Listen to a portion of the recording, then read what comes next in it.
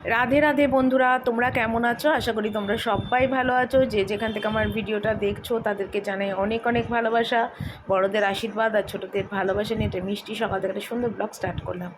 ঘুম থেকে উঠে পাম্পের জল ভরে আর সোজা এলাম তিনতলা, আর এসেই দাঁত ব্রাশ করছি।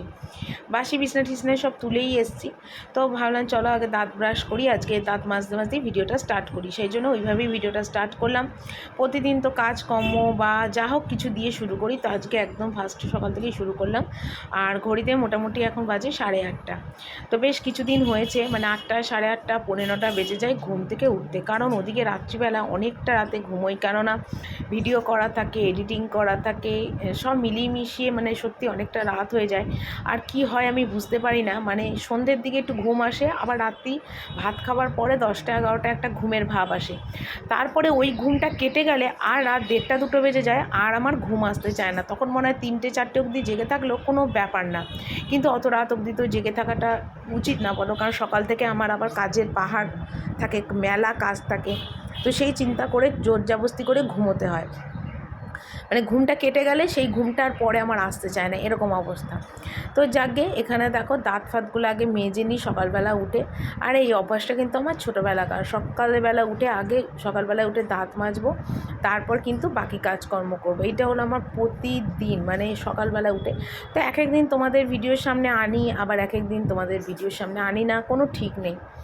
তো যখন যেরকম হয় আর কি, ঠিক সেইভাবেই আনি। তো এখানে দাঁত মাজবো, তারপর টুকিটাকি কিছু কাজ থাকে সেগুলো করবো। আর ওদিকে তো নিচে পাম্পের জল ভরলাম, আমার ঘরের বিছনা মানে বাসি বিছনাটা ঝেড়ে ঝুড়ে তুললাম, টুকটাক কাজ যেগুলো ছিল সেগুলো কিন্তু সমস্ত করে চলে এসেছি। বাড়িতে যখন যাই মার ওখানে, তখন মা মুখের সামনে মগে করে জল দেয়, বলে কি তুই মুখ ধো, কারণ আমার বাড়িতে তো আর বেসিন নেই। এমনি কল আছে, বাথরুমে কল আছে, রান্নাঘরে কল আছে, মানে জল আসে টাইমে টাইমে, কিন্তু এমনিতে তো আর এরকম বেসিন নেই। তো সেই কারণের জন্য না, মানে ইচ্ছা হয় আর কি যে মানে বেসিনে যেহেতু নেই, তো মা সেই জন্য আমাকে বাড়িতে গেলে মগে করে জল দেয়। তো কিছু কিছু সময় না মাকে অনেক মিস করি, মার কথা অনেক মনে পড়ে যে মা এটা করে দেয়, ওটা করে দেয়, সেটা করে দেয়, এটা এক সময় মনে পড়ে। তো দেখো এখানে কালকে যেগুলো সমস্ত কেচেছিলাম, অনেক জামা কাপড় কাল কেচেছিলাম, সেগুলো সব শুকিয়ে গেছে। আর ওগুলো দেখো তুলে নিচ্ছি। এখানে শুধু তোমার মানে আমার আর বাবুর জামা কাপড় না, এখানে তোমাদের দাদা ভাইয়েরও গেঞ্জি, pant, half pant, full pant সব আছে। তো যা গরম পড়েছে, সমস্ত জামা কাপড় মানে এবেলা দিলে ওবেলা শুকিয়ে যায়। তো সকালে কাচলে বিকেলে আর তোলা হয় না, আর ওপরে আসাও আমার হয় না, মানে এই যখন সকালবেলা আসি বাসি ছাড়তে তখন আসি, আর চানের সময় কাচার সময় ছাড়া আর উপরে আমার আসা হয় না। তো ওই শুকনো যা জামা কাপড় ছিল সব তুললাম। আর ওদিকে দেখো এখানেও কিছু জামা কাপড় রয়েছে, মানে কি বলো তো, মানে এত জামা কাপড় কেচেছিলাম কালকে যে উপরে বারান্দায় কেচে মেলার পরে জায়গা হয়নি, তার জন্য আবার আমার ঘরের বারান্দা দিয়ে সমস্ত জামা কাপড়গুলো মেলে দিয়েছিলাম। তো এতটাই জামা কাপড় হয়েছিল কালকে, তো সেই কারণের জন্যে এই বারান্দার এই জামা কাপড়গুলো তুলে দিচ্ছে। আর এখন গরমকাল না, রাস্তায় এত ধুলো ওড়ে যে জামা কাপড়গুলো যদি না তুলে দিই না, তাহলে সেই জামা কাপড়গুলো একদম ধুলো ধুলো হয়ে যায়, পরে আবার সেগুলো ঝেড়ে তুলতে হয়। তো চলো এবার আমি নিচে যাব, আর নিচে দেখি গিয়ে তোমাদের দাদাভাই কী এনেছে। আর এসেই দেখলাম টেবিলের মধ্যে একদম সাজিয়ে গুজিয়ে রেডি করে রেখেছে। এখানে দেখো কুমড়ো, মূলো, গাজর, উচ্ছে, পেঁপে, টমেটো, ধনেপাতা, লাউ, বেগুন, মিষ্টি আলু, পটল সব নিয়ে এসছে, ধনেপাতাও নিয়ে এসছে। তোমার একদম মানে পাঁচ তরকারি হওয়ার মতো সব কিছু নিয়ে এসছে। আর পটলটাও দেখো কি ফ্রেশ আর কি সুন্দর। তো তোমাদের দেখো কাছের থেকে আবার ভিডিওটা একটু দেখিয়ে দিলাম পটলটা। আর এখন তো গরম পড়েছে, পটল ঝিঙে ছাড়া আর খাওয়ার মতন কিছু নেই। আর ওদিকে মুদিখানা বলতে কেলগস।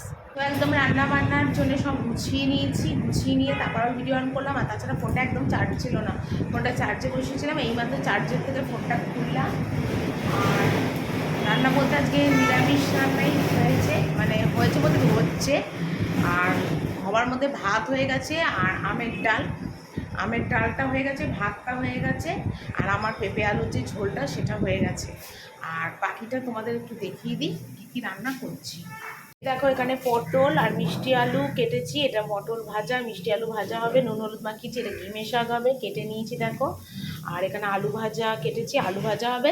আর আলাদা করে একটু আলু ভাজি, এটা বাবুর জন্য, ডাল আর আলু ভাজা দিয়ে বাবু এখন সকালের খাবারটা খাবে।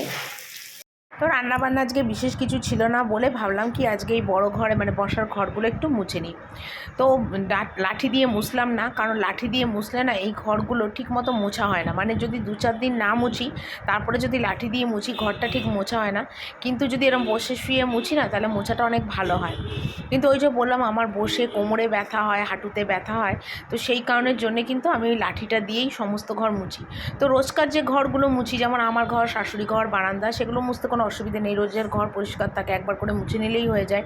যেহেতু এই দিকের ঘরগুলো তো আর রোজ মোছা পড়ে না, ঝাড় দিয়ে দিই বাসি ঘরটা, তো সেই জন্যে এই ঘরটা এইভাবে মুছলেই পরিষ্কার হয়। তো সেই জন্যে একদম এই ঘরগুলো একদম মুছে নিচ্ছি।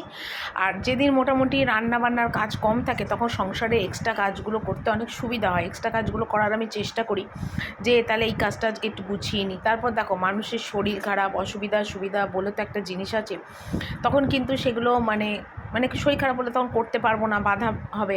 তো সেই জন্যে যখন সুবিধা হয় তখন কাজগুলো করে রাখি। তো সেই জন্যে মানে আমি সুবিধা অনুযায়ী করি, কিন্তু আমার বাড়িতে অনেক সময় বলে যে একবারে এত কাজ করো কেন, এই সেই। কিন্তু দেখো যে কাজ করে সংসারে সেই কিন্তু ভালো মতো বোঝে যে কোনটার পর কোনটা করলে ভালো হবে বা তার সুবিধা অনুযায়ী সংসারে কাজগুলো করলে সুবিধা হবে, সেই জন্যেই কিন্তু আমাকে সেই কাজগুলো গুছিয়ে করতে হয়। তো যাকগে এখানে দেখো ঘরগুলো ভালো করে মুছে নিচ্ছি, আর একবার করে কিন্তু ঘরগুলো মুছেছিলাম, দেখতে পাচ্ছ। মোছার পরে দেখলাম একটু কাদা কাদা আছে, আরেকবার না মুছলে ঘরটা পরিষ্কার হবে না। আর একদম লাল মেঝে, তো লাল মেঝে দেখবে একটু ডবল করে না মুছলে হয় না। তো আগে তো বাড়িতে কাজের লোক ছিল, সত্যি কথা কাজের লোক ছিল, তখন কাজের লোকই রোজ ঘর মুছতো। কিন্তু এখন তো কাজের লোক নেই, আমাকে একা হাতে এতটা বড় বাড়ির সমস্ত কাজকর্মগুলো করতে হয়। তো সেই কারণের জন্য আমার উপর অনেকটাই কাজের চাপ থাকে। তো যাকগে যেরকম পারি সেরকমভাবে মানে ঘর সংসারগুলো গুছিয়ে রাখার চেষ্টা করি সব সময়। তো আমার ঘর, শাশুড়ি ঘর, সামনের বারান্দাটা আগেই মোছা হয়ে গেছিলো। তো তারপরে ওই দিকের ঘর দুটো পরপর ঘর, তারপরে সিঁড়ি, এগুলো সমস্ত এক এক করে এখন মুছে নিচ্ছি। আর কি বলবো, মানে পুরোটা ভিডিও তো করতে পারি না, কারণ মানে ঘর মুছতে মুছতে ভিডিও যদি করি তাহলে অনেকটা বড় ভিডিও হয়ে যাবে। তো সেই জন্যে তোমাদের হয়তো দেখতে অনেকটা বোরিং লাগবে। তো যেটুকুনি পারি সেইটুকুনি শেয়ার করি, মানে সবটা ভিডিও তো করলে অনেক বড় হবে, সেই কারণে। তো আজকে সিঁড়ি দিয়ে 3তলায় সিঁড়ি থেকে শুরু করে দোতলায় সিঁড়ি দিয়ে পুরো নিচ অবধি পুরো মুছলাম, চৌকাঠ, সিঁড়ির তলা সব জল দিয়ে আজকে ধোয়ালাম। মানে রাস্তার ধারে বাড়ি, আর আমাদের বাড়ির পাশে না একটা ওনারশিপ হচ্ছে, এত ধুলো ছড়াচ্ছে, এত ধুলো ছড়াচ্ছে যে মানে বাড়িঘর দরজা বন্ধ করে রাখলেও কোথা দিয়ে যেন ধুলোমুলো বেরিয়ে আসছে, এরকম ব্যাপার হচ্ছে। কিন্তু কি করব বলো, কিছু তো করার নেই। তো যাকগে এখানে দেখো একদম ভালোভাবে সিঁড়ি টিড়িগুলো একটু মুছে নিচ্ছি, আর মুছে টুছে নিয়ে তারপর সোজা চলে যাব একদম স্নান করতে।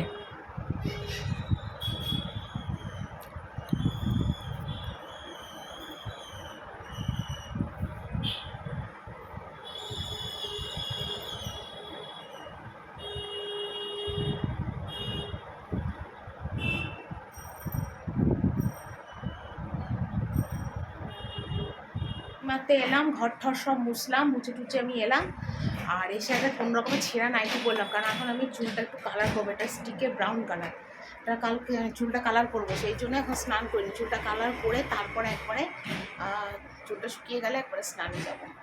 ঠিক আছে, চলো চুলটা আগে কালার করে নিয়ে।